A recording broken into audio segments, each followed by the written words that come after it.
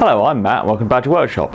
I'm developing quite a collection of hand tools, but I need a good bench to use them on. So, let's get started. I wanted this build to be cheap, simple and quick. So it's going to be built to have two materials, for two reasons. One, I can get it all just at the local hardware store, and two, it's about as cheap as timber as you can get. And the two bits of wood I'm going to use is 2x4s and 2x2s. My idea of how to make this bench build easy was to treat it like it was Lego bricks. As all the wood is going to be the same 2 inches thick, I thought I could leave gaps in the wood for other bits to join into. That's a terrible explanation, but hopefully you'll see what I mean. Here you can see all the 2x2s glued to length for the bench top. You can see it's got 4 gaps in it. These are for the 4 legs to go into. The gaps are 4 inches long and obviously 2 inches wide, so a 4x2 will slide into it. My thinking is this will make a mortise joint without ever having to cut any mortises, just gluing bits of wood together.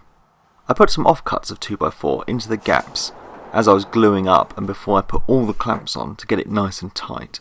I spent quite a lot of time working out what size I wanted this to be, as when I have this done I want to model all the rest of my furniture around this, as I think it's a real asset in the workshop to have all your surfaces at the same height.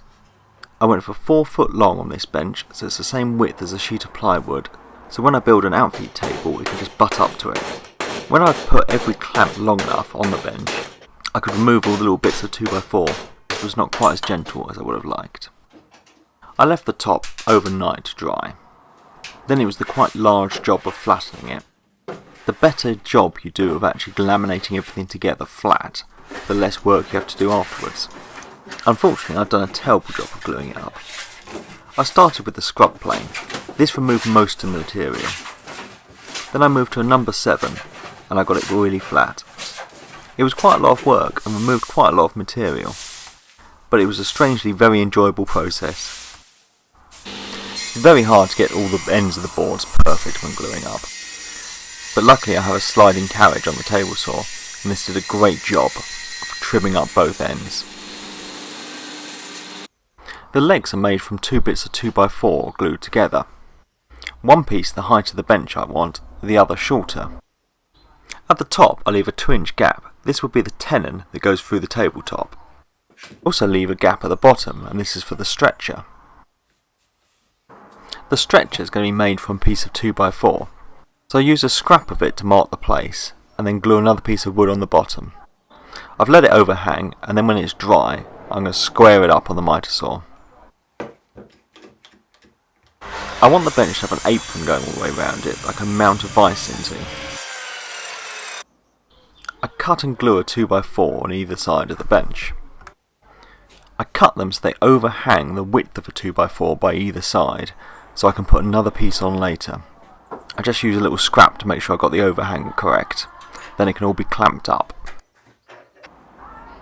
I decided on the side I want the vise, I would like the apron to be deeper, so I glued on another 2x4. Whilst I wait for the apron to dry, I can glue the stretcher into the legs. I was going to use dowels to hold them in, but they were such a nice snug fit, I think the glue is going to be more than good enough. Again with these, I had them overhanging each end by another 2 inches. Now for the moment of truth, will my Lego workbench work? It's certainly a snug fit, but that's what I wanted. One of the reasons I went for this design is because I'm not going to be in this workshop forever. The legs are only friction fit in place, so when I come to move, the top can just be removed, the legs removed, and everything can be flat packed.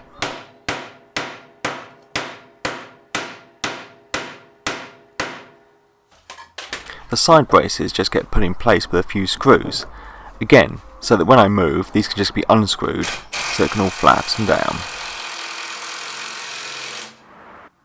The last 2 bits of timber can now be put in place, a 2x4 on either end.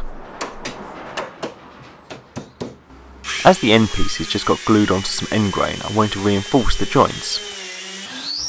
So I went round the whole apron with my 12mm dowel jointer. These dowels should add quite a bit of strength, but I also really like the look of them.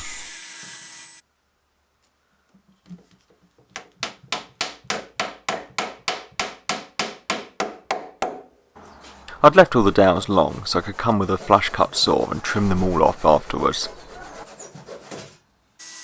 One last job, and that's to give it a sand. When I say one last job, obviously it needs some hardware installed on it, but that will have to wait until I've saved up some money to get some. So that's it all done for now. Thanks for watching, and please subscribe for more videos.